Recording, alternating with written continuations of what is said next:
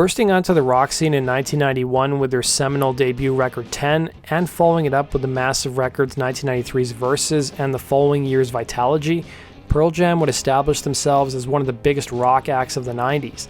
While their career would go through some turbulent times in the later part of the decade, thanks to their fight with Ticketmaster and the band no longer releasing music videos, Pearl Jam have still managed to stay relevant for 30 plus years.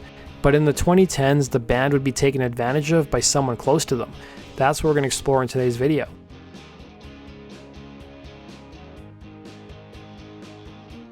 Pearl Jam throughout their career have been managed by Kelly Curtis, who runs the company Curtis Incorporated. In 2012, it was reported that a member of Curtis's management team was skimming some of the band's income. Chief Financial Officer for Curtis Incorporated, a fellow named Ricky Charles Goodrich, was accused of taking money from the band's accounts. The thefts were alleged to have occurred over a 4-year period from 2006 to 2010, when he was fired. Goodrich had begun working for Pearl Jam in 2005 and joined Curtis Incorporated the following year. In 2009, Pearl Jam's management became suspicious after thousands of dollars that were supposed to be paid to the band members and their crew.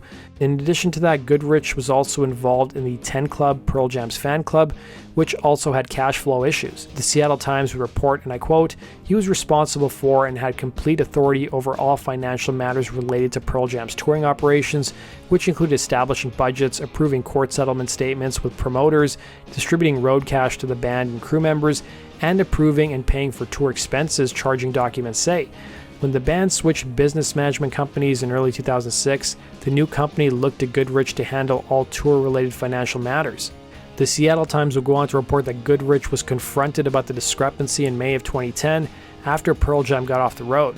Goodrich had been on the road with the band filling in for the group's tour accountant and claimed he paid the band $15,000, referring to it as road cash. However, Pearl Jam and their management claimed that this wasn't true. Upon being backed into a corner, Goodrich claimed he paid bonuses to the band's road crew, who also denied receiving any payment. The band's management soon hired investigators to look into the matter, with them learning that Goodrich was transferring money from Curtis Incorporated to his personal accounts to help pay off his and his wife's debts, and use company credit cards to pay for lavish vacations, personal shopping trips, and wine. The theft costed the band about $380,000 US, but when you add hiring the private investigators, that number balloons to $556,000. Goodrich would be fired by the band in September of 2010, and by January of 2011, the Seattle police got involved, launching their own investigation.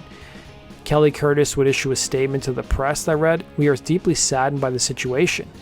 Goodrich, for his part, would be charged with 33 counts of theft in June of 2012 and would enter a plea deal.